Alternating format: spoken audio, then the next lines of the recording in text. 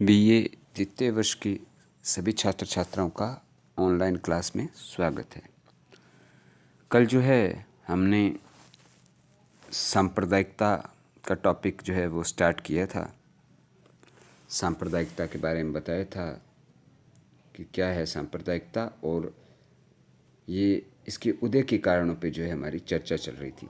2 point हमने कर लिए थे, मुसलमानों में पृथक्करण की भावना और उनका आर्थिक और शैक्षिक पिछड़ापन। ये 2 पॉइंट हमने कर लिए थे कि ये सांप्रदायिकता को बढ़ाने में बड़ा योगदान देते हैं। थोड़ा सा कल वाले पे ब्रीफली नज़र एक बार मार लेते हैं कि सांप्रदायिकता क्या थी। धर्म भाषा के आधार पर किसी समूह विशेष के हितों पर बल दिया जाए और उनके हितों को राष्ट्र के हितों के बजाय प्राथमिकता दी जाए तो इससे क्या आ जाती है, अलग होने की, पृथकता की भावना पैदा हो जाती है। आपसी जो है झगड़े शुरू हो जाते हैं। तो यह सांप्रदायिकता कहलाती है। धार्मिक आधार पर लोग जो हैं झगड़े करते हैं एक दूसरे के आधार साथ। तो पर्टिकुलर किसी धर्म विशेष को ज़्यादा महत्व देने लग जाएं और दूसरे लोगों की उपेक्षा करने लग जाएं तो इससे क्या होगा, आपसी इनमें धर्म के नाम पर झगड़े होंगे। वही सांप्रदायिकता कहलाती है। 2 इसके कारण थे। मुसलमानों में अलग होने की भावना थी शुरू में ही वो, और इनका आर्थिक और शैक्षिक पिछड़ापन ये रहा कि इन लोगों ने जो है वो राजनीतिक लोगों ने इन्हें अपना हथियार बनाया और अपने राजनीतिक स्वार्थ साधने के लिए आपसी में हिंदू मुसलमानों के झगड़े करवाए। तो मुसलमानों का आर्थिक शैक्षिक पिछड़ापन और अलग होने की भावना जो है ना, वो सांप्रदायिकता को बढ़ाने में उसने महत्वपूर्ण भूमिका निभाई थी। आज जो है पॉइंट नंबर 3 है पाकिस्तानी प्रचार। अब कहता है कि हिंदू मुस्लिम जो झगड़े हो रहे हैं तो वो जो है इसमें अगर मान लो कोई छोटा मोटा झगड़ा हो रहा है तो पाकिस्तानी रेडियो समाचार पत्र इसको राजनीतिक तूल देने का प्रयास करते हैं, भारत सरकार की आलोचनाएं करते हैं और जो है ना वो मतलब अपने धर्म के लोगों का सपोर्ट करते हैं। पाकिस्तान ऐसा करता है इसलिए भी है कि वो सांप्रदायिक भावनाएं यहाँ पे फैला के यहाँ पे लड़ाई झगड़े जो है ना वो पैदा कर सके, हिंदू मुसलमानों के झगड़े करा सके। तो यहाँ कोई छोटा मोटा झगड़ा होता है तो पाकिस्तान का जो दूषित प्रचार है किसी न किसी माध्यम से, अखबार या अन्य रेडियो और अब तो सोशल मीडिया बहुत आ गया, इसके माध्यम से जो दूषित प्रचार करके यहाँ झगड़े ज़्यादा करवाता है ताकि भारत में अशांति बनी रहे। और भारत में जो गरीब और अशिक्षित मुसलमान होते हैं वो मान बैठते हैं कि पाकिस्तान उनके हितों की रक्षा के लिए ये बात कह रहा है। 1981 से 93 के बीच में जो पाकिस्तान ने हिंदुओं और सिखों के बीच जो सांप्रदायिक विद्वेष की स्थिति खड़ी कर दी थी और उसको इन्होंने बनाए रखने का भी जो है ना वो प्रयास किए रखा था, क्योंकि ये यहाँ से दूषित प्रचार करता है। दूषित प्रचार से लोग ये मानते हैं कि ये हमारा हितैषी है, तो लोग जो हैं वो आपस में झगड़े करने लग जाते हैं।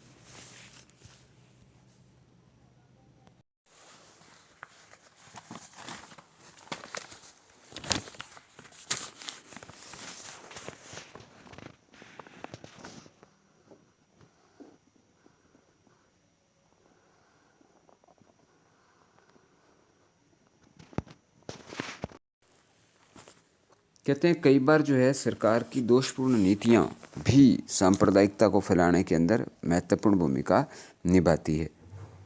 अब क्या है कि जब कभी सांप्रदायिक दंगे हो जाते हैं तो सरकार भी कहते हैं कि इसकी निष्पक्ष जांच नहीं करवाती, बस आरोप लगा देती है कि जी ये आरएसएस वालों ने किया था, ये मुस्लिम लीग ने किया था, ये इसने किया था। तो एक दूसरे पर आरोप प्रत्यारोप लगा के अपना पल्ला झाड़ देती है। और अगर या तो उसकी निष्पक्ष जांच कराए तो पता लगे भी इसके पीछे वास्तविक रूप से कौन कारण होते हैं।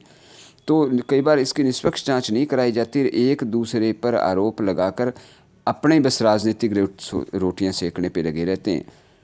तो सरकार की ये नीतियां भी जो है ना आगे इस चीज़ को बढ़ाने में महत्वपूर्ण योगदान देती है।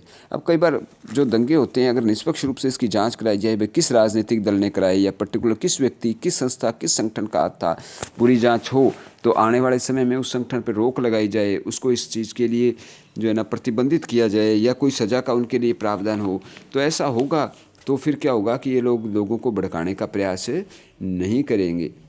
तो लेकिन इसके लिए क्या है, सरकार को पूरा सजग रहकर उनकी जांच करवा के और जो है ना उसके सारा जो है उसकी जांच का परिणाम जनता को बताना चाहिए। भाई ये चीज़ जो है इस वजह से हुई, ये लोग इसके उत्तरदायी थे, और लोगों तक भी इस बात का ज्ञान हो या बात फैलाई जाए तो लोगों को इस बात का पता लगे भी हाँ, बात कुछ भी नहीं थी, हम आपस में लड़ बैठे, कहानी कुछ और थी और ये राजनीतिक स्वार्थ था या कोई इसके पीछे कुछ और मकसद था। तो इस बात का लोगों को ज्ञान हो तो फिर क्या है, लोग दोबारा बहकावे में नहीं आएंगे। तो इसलिए सरकार जो है उसकी दोषपूर्ण नीतियाँ भी इस सांप्रदायिकता को बढ़ाए रखने में और बनाए रखने में जो है ना उसने महत्वपूर्ण भूमिका निभाई है। आगे देखो, नेक्स्ट पॉइंट है चुनावी राजनीति। अब देखो, चुनावी राजनीति, दलीय राजनीति, ये चीज़ तो आपको मैं जब से बताता आ रहा हूँ कि इन्होंने जो है ना इन सांप्रदायिकता, क्षेत्रवाद, जो भी समस्याएं इनको बढ़ाने में इन्होंने बड़ी महत्वपूर्ण भूमिका निभाई है। सबसे ज़्यादा इन्हीं का रोल रहता है इन समस्याओं को करने में। भाई समस्या चाहे छोटी हो चाहे बड़ी हो, ये सिर्फ उसको राजनीतिक मुद्दा बना लेते हैं, राजनीतिक मुद्दा बना के और फिर अपने वोट बैंक बनाते हैं, अपना वोट बैंक बना के पर्टिकुलर जाति धर्म के लोगों को लड़ा के फिर उनका पक्ष लेके अपना वोट बैंक जो है ना वो स्थापित कर लेते हैं और इन्हें लोगों को वोट बैंक के रूप में प्रयोग करते हैं। इसलिए जो चुनावी राजनीति है ना, इसने सांप्रदायिकता को बढ़ाने में सबसे महत्वपूर्ण काम किया, सबसे ज़्यादा रोल इन्हीं का रहा है।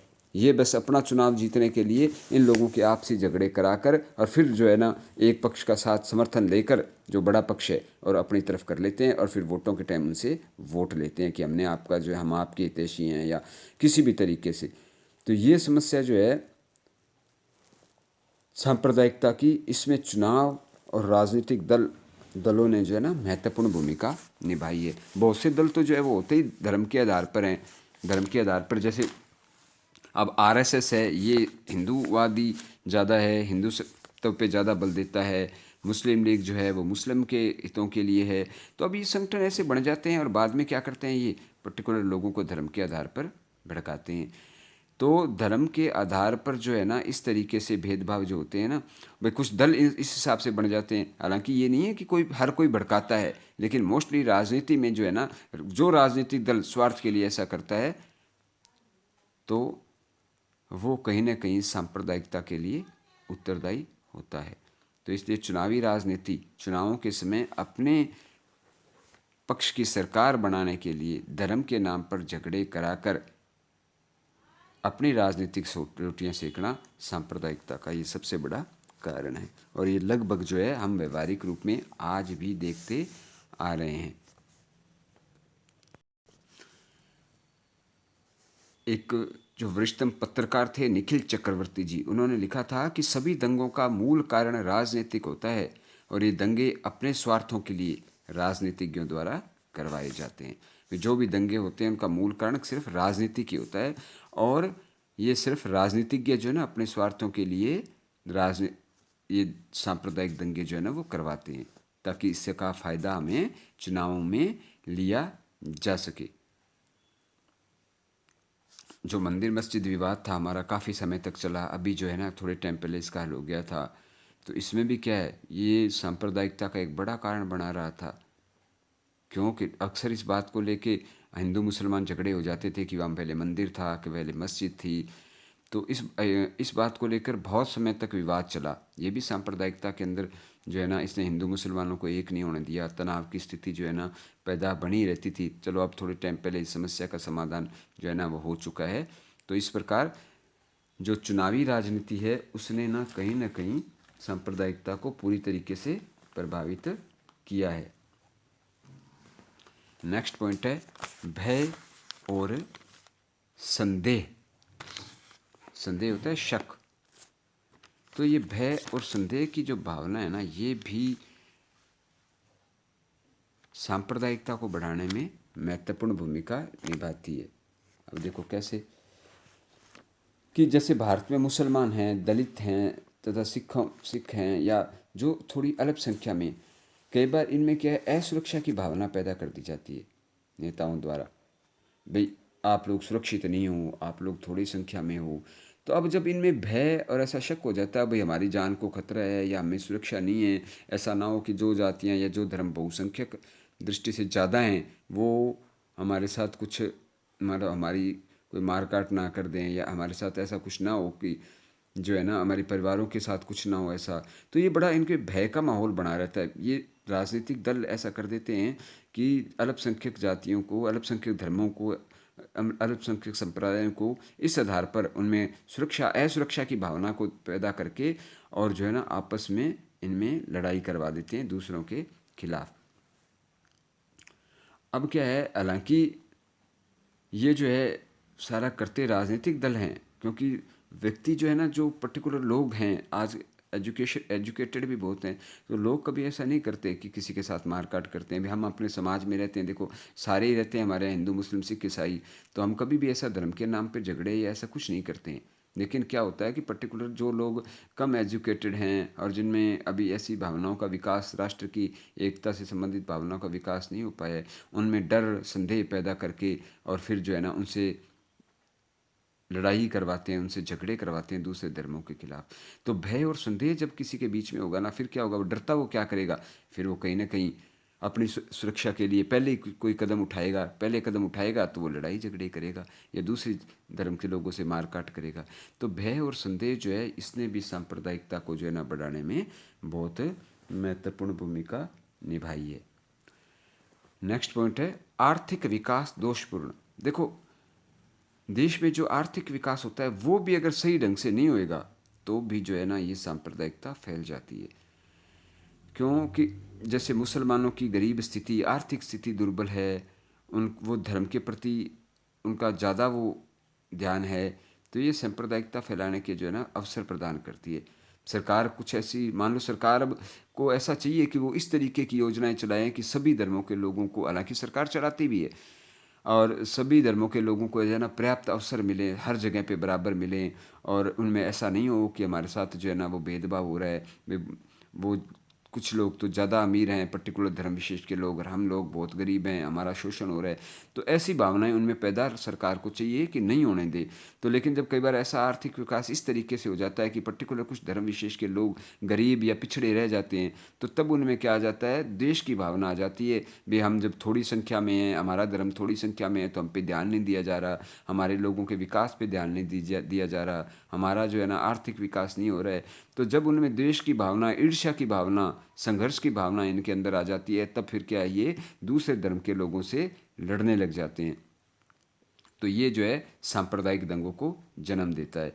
तो हालांकि इस मामले में जो है ना हमारी भारत सरकार की बात करें तो बहुत प्रयास जो है इस मामले में किए जाते हैं। सभी धर्मों को हमारे यहाँ समान संरक्षण दिया जाता है, उनके आर्थिक विकास पे भी बल दिया जाता है। लेकिन कई बार ऐसा होता है कि सरकार द्वारा जो आर्थिक विकास किया जाता है वो पर्टिकुलर, उससे कोई एक आधा धर्म वंचित रह जाए, तो उससे क्या हो जाता है कि उस धर्म के लोगों को लगने लग जाता है कि जो है वो उनका विकास की ओर ध्यान नहीं दिया जा रहा है। सरकार तो पर्टिकुलर बड़े जो धर्म ज़्यादा में उसी का ही ध्यान रख रही है, हमारा कोई ध्यान नहीं रख रही है। तो ऐसे में जो है वो फिर ये लोग असंतुष्ट होकर और विद्रोह कर देते हैं, और फिर यह लड़ाई झगड़े करते हैं, आपस में धर्म के नाम पर झगड़े होते हैं, मारकाट होती है, तो सांप्रदायिकता फैलती है।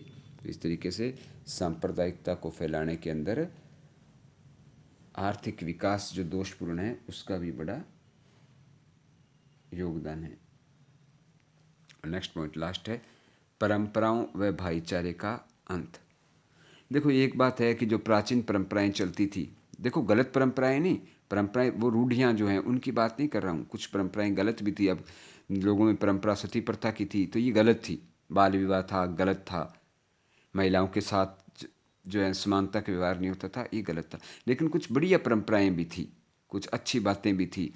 तो जैसे और सब लोग भाईचारे से रहते थे, हिंदू मुस्लिम सब। अब वो मैंने कहा भी ये कहाँ से सांप्रदायिकता पैदा हुई, ब्रिटिश सत्ता जब आई उसने फूट डालो शासन राज करो की नीति को अपनाया, हिंदू मुसलमान को झगड़ा करवाया, इनको आपस में लड़ा के खुद राज किया।